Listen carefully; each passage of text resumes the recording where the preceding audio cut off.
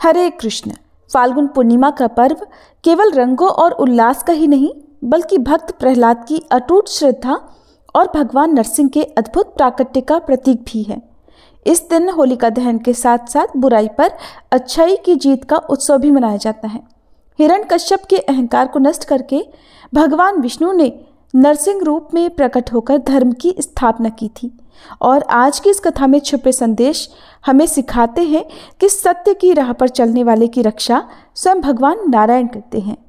फागुन मासे पूर्णिमा होली का उत्सव आयो, प्रहलाद भक्ति देख हरि नरसिंह बन आयो। आप सभी को फाल्गुन पूर्णिमा और होली की बहुत बहुत शुभकामनाएं। अब सुनिए फाल्गुन पूर्णिमा के दिन सुनी जाने वाली कुछ पावन कथाएं।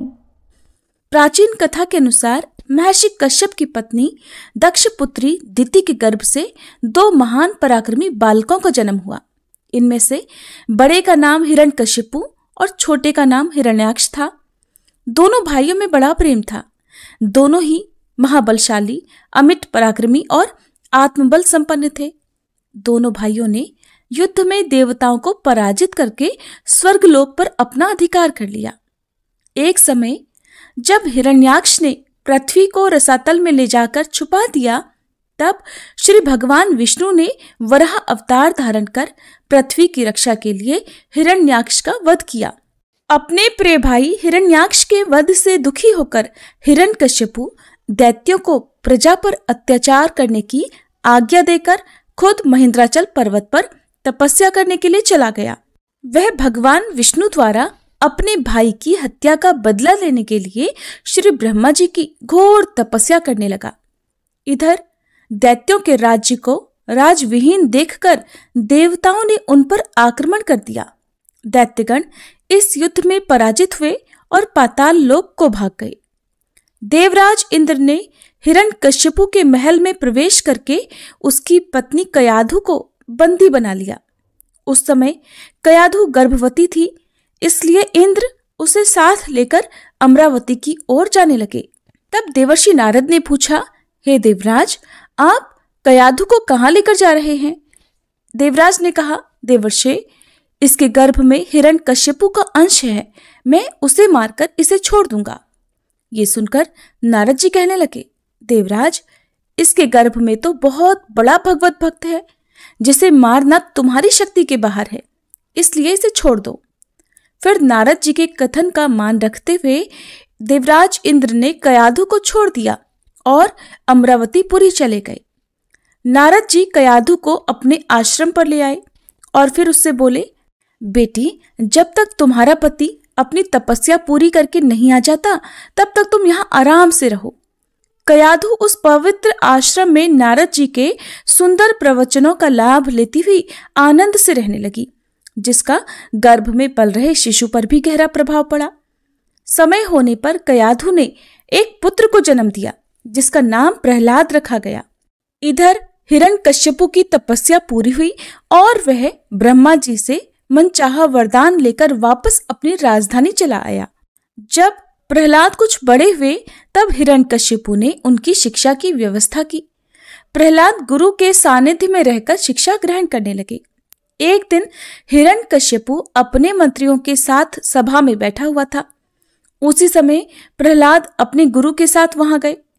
प्रहलाद को प्रणाम करते देखकर हिरण्यकशिपु ने उन्हें अपनी गोद में बिठाकर दुलार किया और कहने लगा, वत्स, तुमने अब तक अध्ययन में निरंतर तत्पर रहकर जो कुछ सीखा है, उसमें से कुछ अच्छी बात तो सुनाओ। तब प्रहलाद बोले, पिताजी, मैंने अब तक जो कुछ सीखा है उसका सारांश आपको सुनाता हूँ। जो आदि, मध्य और अंत से रहित, अजन्मा, वृद्धि और क्षय से शून्य और अच्युत हैं, समस्त कारणों के कारण और जगत की स्थिति और अंतकर्ता उन श्रीहरि को मैं प्रणाम करता हूँ। ये सुनकर दैत्यराज हिरण्यकशिपु के नेत्र क्रोध से लाल हो गए। उसने कांपते हुए होठों से प्रहलाद के गुरु से कहा, अरे दुर्बुद्धि ब्राह्मण, ये क्या? तूने मेरी अवज्ञा करके इस बालक को मेरे परम शत्रु की स्तुति से युक्त शिक्षा कैसे दी? तब गुरुजी ने कहा, दैत्यराज, आपको क्रोध के वशीभूत नहीं होना चाहिए। इतना क्रोध करना ठीक नहीं। आपका पुत्र मेरी सिखाई हुई बातें नहीं कह रहा, तब हिरण्यकशिपु बोला, बेटा प्रहलाद, बताओ तुम्हें ये शिक्षा किसने दी? तुम्हारे गुरुजी तो कह रहे हैं कि मैंने तो इसे ऐसा उपदेश दिया ही नहीं। तब भक्त प्रहलाद कहने लगे, पिताजी, हृदय में स्थित भगवान विष्णु ही तो संपूर्ण जगत के उपदेशक हैं। उनको छोड़कर और कौन किसी को कुछ सिखा सकता है भला? हिरण्यकशिपु कहने लगा, अरे मूर्ख, जिस विष्णु का तू निशंक होकर स्तुति कर रहा है वो मेरे सामने कौन है? मेरे रहते हुए कौन परमेश्वर कहा जा सकता है? फिर भी तू मौत के मुख में जाने की इच्छा से बार बार ऐसा बक रहा है। ऐसा कहकर हिरण्यकशिपु ने प्रहलाद को कई प्रकार से समझाया, लेकिन प्रहलाद के मन से श्री हरि के प्रति भक्ति और श्रद्धा भाव को वह कम नहीं कर पाया। तब अत्यंत क्रोधित होकर हिरण्यकशिपु ने अपने सेवकों से कहा, अरे ये तो बड़ा दुरात्मा है, इसको मार डालो। अब इसके जीने से कोई लाभ नहीं, क्योंकि ये शत्रु प्रेमी तो अपने ही कुल का नाश करने वाला हो गया है। इधर हिरण्यकशिपु की आज्ञा पाकर उसके सैनिकों ने प्रहलाद को अनेकों प्रकार से मारने का प्रयास किया, किंतु उनके सारे प्रयास श्री हरि की कृपा से असफल हो जाते थे। उन सैनिकों ने प्रहलाद पर अनेक प्रकार के अस्त्र शस्त्रों से आघात किए, लेकिन प्रहलाद को कुछ भी नहीं हुआ। फिर उन्होंने प्रहलाद के हाथ पैर बांधकर समुद्र में डाल दिया, फिर भी प्रहलाद बच गए। उन सब ने प्रहलाद को बहुत सारे विषैले सांपों से डसवाया और पर्वत शिखरों से गिराया, लेकिन भगवान की कृपा से प्रहलाद को कुछ भी नहीं हुआ। हिरण्यकशिपु और हिरण्याक्ष की एक बहन थी होलिका, वो भी तपस्या करके शक्तियां और वरदान अर्जित किया करती थी। उसे वरदान स्वरूप एक चादर मिली थी, जिस चादर को ओढ़ने मात्र से अग्नि जला नहीं सकती थी। प्रहलाद को मारने के सारे प्रयास विफल होते देखकर हिरण्यकशिपु ने अपनी बहन होलिका के साथ मिलकर प्रहलाद को मारने का षड्यंत्र रचा। उसने प्रहलाद से कहा कि अगर उसे अपनी भक्ति पर विश्वास है तो वह अपनी बुआ होलिका के साथ अग्नि में जाकर बैठ जाए, अन्यथा विष्णु भक्ति त्याग दे। ये सुनकर प्रहलाद अपनी भक्ति के सहारे उस अग्नि में बैठने को तैयार हो गए। वेदी बनाई गई और उसके चारों ओर अग्नि का प्रबंध किया गया। होलिका अपनी दिव्य चादर ओढ़कर बैठी, जो उसकी रक्षा अग्नि से करने वाली थी, और उसकी गोद में भक्त प्रहलाद बैठ गए। अग्नि प्रज्वलित की गई, लेकिन भक्त प्रहलाद बिल्कुल भी विचलित नहीं हुए, बल्कि वो तो भगवान की भक्ति में मगन हो गए। अग्नि बढ़ने लगी, तभी हवा की तेजी से लपटों ने उस दिव्य चादर को उड़ाकर प्रहलाद को ढक दिया और आकाशवाणी हुई कि होलिका ने वरदान का दुरुपयोग किया है, जिसके दंड स्वरूप उसकी मृत्यु निश्चित है। और दंड स्वरूप होलिका उसी अग्नि में जलकर भस्म हो गई, उसकी मृत्यु हो गई। इधर उसका भाई हिरण्यकश्यप अपनी प्रिय बहन की मृत्यु से अत्यंत दुखी होकर विलाप करने लगा। इस प्रकार एक बार फिर से भक्त प्रहलाद की भक्ति की विजय हुई और अधर्म का नाश हुआ। प्रहलाद को सुरक्षित देखकर प्रजा में बड़ा संतोष दिखा। प्रजा ने उत्सव मनाया। यह बुराई पर अच्छाई की विजय है, अधर्म पर धर्म की विजय और क्रोध पर प्रेम की विजय है। प्रजा ने अपना आनंद अलग अलग रंगों से रंगोत्सव मनाकर कर दिया। अच्छे अच्छे पकवान बनाए गए, गीत गाए गए। होलिका के अग्नि में जलकर भस्म हो जाने का और प्रहलाद के फिर से जीवित बच जाने का समाचार जब दूतों ने हिरण्यकशिपु को सुनाया तो वह अत्यंत क्षुब्ध हुआ और उसने प्रहलाद को अपनी सभा में बुलवाया। हिरण्यकशिपु ने प्रहलाद से कहा, रे दुष्ट, जिसके बल पर तू ऐसी बहकी बहकी बातें करता है, तेरा वह ईश्वर कहाँ है? अगर वह चारों ओर है तो मुझे इस खंबे में क्यों नहीं दिखाई देता? तब प्रहलाद ने कहा, पिताजी, मुझे तो वे प्रभु खंबे में भी दिखाई दे रहे हैं। ये बात सुनकर हिरण्यकशिपु क्रोध के मारे खुद को संभाल नहीं सका और हाथ में तलवार लेकर सिंहासन से कूद पड़ा और बड़े जोर से उस खंबे में एक घूंसा मारा। उस समय उस खंबे से बड़ा भयंकर शब्द हुआ और उस खंबे को तोड़कर एक विचित्र प्राणी बाहर निकलने लगा, जिसका आधा शरीर सिंह का और आधा मनुष्य का था। यह भगवान श्री हरि का नृसिंह अवतार था। उनका रूप बड़ा भयंकर था। उनकी तपाई हुई सोने के समान पीली पीली आंखें थीं, उनकी दाढ़ें बड़ी विकराल थीं और वे भयंकर शब्दों से गर्जना कर रहे थे। उनके पास जाने का साहस किसी में भी नहीं हो रहा था। ये देखकर हिरण्यकश्यपु सिंहनाद करता हुआ हाथ में गदा लेकर नरसिंह भगवान पर टूट पड़ा। तब भगवान भी हिरण्यकश्यपु के साथ कुछ देर तक युद्ध लीला करते रहे और अंत में उसे झपटकर दबोच लिया और उसे सभा के दरवाजे पर ले जाकर अपनी जांघों पर गिरा लिया और खेल ही खेल में अपनी नखों से उसके कलेजे को फाड़कर उसे पृथ्वी पर पटक दिया।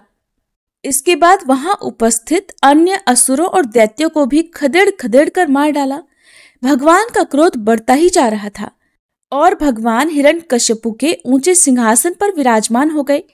उनके क्रोधपूर्ण मुखाकृति को देखकर किसी को भी उनके निकट जाकर उनको प्रसन्न करने का साहस नहीं हो रहा था। हिरण्यकश्यपु की मृत्यु का समाचार सुनकर उस सभा में ब्रह्मा, इंद्र, शंकर, सभी देवगण, ऋषि मुनि, सिद्ध, नाग, गंधर्व आदि पहुंचे और थोड़ी दूरी पर स्थित होकर सभी ने भगवान की अलग अलग स्तुति की। लेकिन भगवान नृसिंह का क्रोध शांत ही नहीं हुआ। तब देवताओं ने माता लक्ष्मी को उनके निकट भेजा, लेकिन भगवान के उग्र रूप को देखकर वे भी भयभीत हो गई। तब ब्रह्मा जी ने प्रहलाद से कहा, बेटा, तुम्हारे पिता पर ही तो भगवान क्रोधित हुए थे, तुम पर नहीं। अब तुम ही जाओ और भगवान का क्रोध शांत करो। तब प्रहलाद भगवान के समीप जाकर हाथ जोड़कर साष्टांग भूमि पर लौट गए। बालक प्रहलाद को अपने चरणों में पड़ा देखकर भगवान दयालु हो गए और क्रोध त्याग कर उन्हें उठाकर गोद में बिठा लिया। फिर प्रेम पूर्वक बोले, वत्स प्रहलाद, तुम्हारे जैसे एकांत प्रेमी भक्त को यद्यपि किसी वस्तु की अभिलाषा नहीं रहती, फिर भी तुम केवल एक मनवंतर तक मेरी प्रसन्नता के लिए इस लोक में दैत्याधिपति के समस्त भोग स्वीकार कर लो। भोग के द्वारा पुण्य कर्मों के फल और निष्काम पुण्य कर्मों के द्वारा पाप का नाश करते हुए समय पर शरीर का त्याग करके समस्त बंधनों से मुक्त होकर तुम मेरे पास आ जाओगे। देवलोक में भी लोग तुम्हारी विशुद्ध कीर्ति का गान करेंगे। ऐसा कहकर भगवान नृसिंह वहीं अंतर्ध्यान हो गए। श्री विष्णु पुराण में ऋषि पराशर जी कहते हैं कि भक्त प्रहलाद की इस कहानी को जो भी मनुष्य सुनता है उसके पाप शीघ्र ही नष्ट हो जाते हैं। पूर्णिमा, अमावस्या, अष्टमी और द्वादशी को इस कथा को पढ़ने से मनुष्य को गोदान का फल प्राप्त होता है। प्रेम से बोलिए, विष्णु भगवान की जय, भक्त प्रहलाद की जय। होली मनाने के पीछे एक और कथा प्रचलित है जो कि राक्षसी धुंधी की है। रघु राज्य की राक्षसी धुंधी भोले भाले लोगों और विशेष रूप से छोटे बच्चों को बहुत परेशान किया करती थी। धुंधी को भगवान शिव का वरदान था कि वह देवताओं पुरुषों द्वारा नहीं मारी जाएगी और न ही गर्मी, सर्दी या बारिश से या किसी शस्त्र से पीड़ित होगी। इस आशीर्वाद ने धुंधी को लगभग अजेय बना दिया था, लेकिन उसकी एक कमजोरी भी थी। उसे भगवान शिव ने भी श्राप दिया था कि वह चंचल लड़कों से खतरे में होगी जो उसे परेशान करेंगे। राजा ने पुजारी से परामर्श किया। उन्होंने बताया कि फाल्गुन को शीत ऋतु समाप्त हो जाती है और ग्रीष्म ऋतु का प्रारंभ हो जाता है। धुंधी को दूर भगाने के लिए यह उपयुक्त समय होगा। समय आने पर गांव के साहसी लड़कों ने उससे हमेशा के लिए मुक्ति पाने और धुंधी को गांव से भगाने का फैसला किया। लड़कों ने लकड़ी और घास का ढेर इकट्ठा किया, उसमें मंत्रों से आग लगा दी, ताली बजाई और आग के चारों ओर चक्कर काटने लगे। उन सब ने मिलकर खूब शोरगुल किया, ढोल नगाड़े बजाए। ये देखकर धुंधी गांव की सीमा से बाहर भागने लगी, लेकिन उन सब लड़कों ने धुंधी का पीछा नहीं छोड़ा और उसे गांव की सीमा से बाहर तक खदेड़ कर आए। कहा जाता है कि तभी से होली का दहन करते हुए खूब शोरगुल किया जाता है, खुशियां मनाई जाती हैं, ढोल बाजे बजाए जाते हैं और ऐसी मान्यता है कि इस परंपरा को निभाने से बच्चों में कोई भय नहीं रहता, ना ही किसी प्रकार की बुरी शक्तियां उन पर असर करती हैं। फाल्गुन पूर्णिमा और होली की एक कथा कामदेव से भी जुड़ी हुई है। पौराणिक कथा के अनुसार देवी पार्वती भगवान शिव से विवाह करना चाहती थी, लेकिन तपस्या में लीन शिव जी का ध्यान उनकी ओर नहीं गया। देवी पार्वती के इन प्रयासों को देखकर प्रेम के देवता कामदेव आगे आए। उन्होंने तपस्या में लीन भगवान शिव पर पुष्प बाण चला दिया, जिसके कारण भगवान शिव की तपस्या भंग हो गई। तपस्या भंग होने के कारण भगवान शिव क्रोधित हो गए और उन्होंने अपनी तीसरी आंख खोल दी और उनके क्रोध की अग्नि में कामदेव जलकर भस्म हो गए। इसके बाद भगवान शिव ने देवी पार्वती की ओर देखा।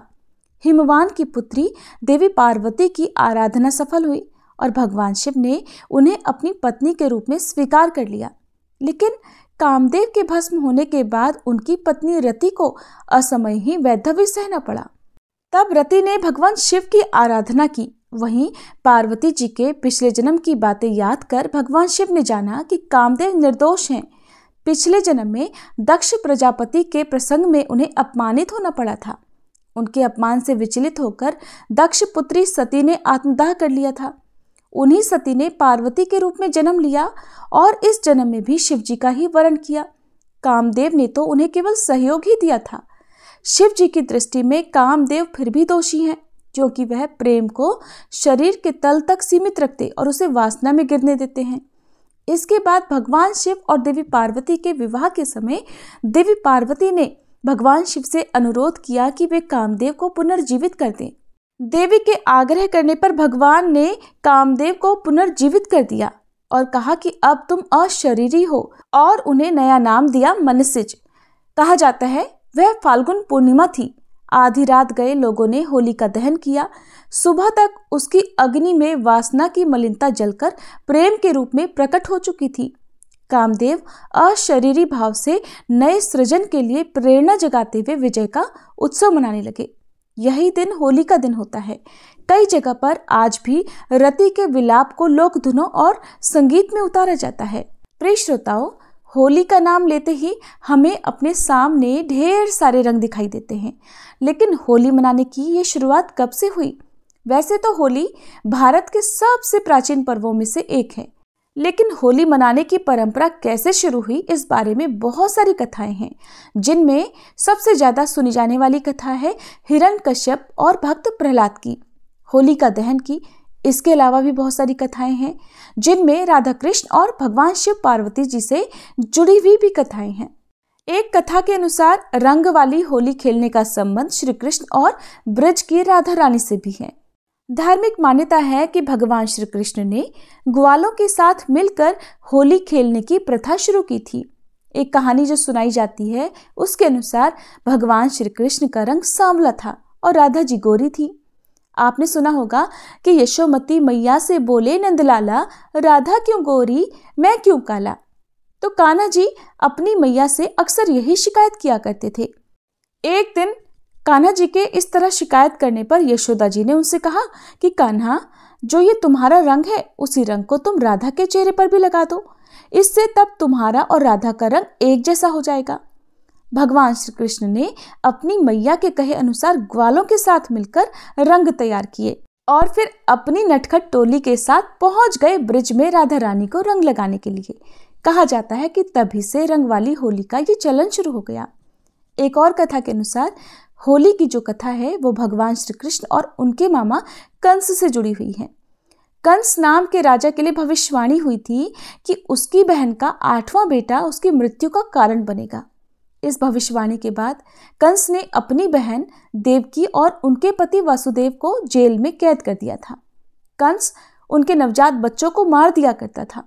जब कंस को पता चला कि उसकी बहन देवकी और वासुदेव के 8वें बेटे का जन्म हो गया है और वो गोकुल में सुरक्षित है, तब उसने गोकुल में जन्म लेने वाले हर शिशु की हत्या करने की योजना बनाई। इसके लिए उसने पूतना नाम की राक्षसी को गोकुल भेजा। पूतना ने एक सामान्य महिला का रूप धरा और वह शिशुओं को अपना दूध पिलाने के बहाने विष पिलाने लगी। जाने कितने ही शिशु पूतना के पिलाए हुए विष के कारण मृत्यु के गाल में समा गए, लेकिन भगवान कृष्ण ने उसकी सच्चाई जान ली और पूतना का वध कर दिया। कहा जाता है कि वो दिन फाल्गुन पूर्णिमा का था, इसलिए पूतना के वध की खुशी में भी होली मनाई जाने लगी।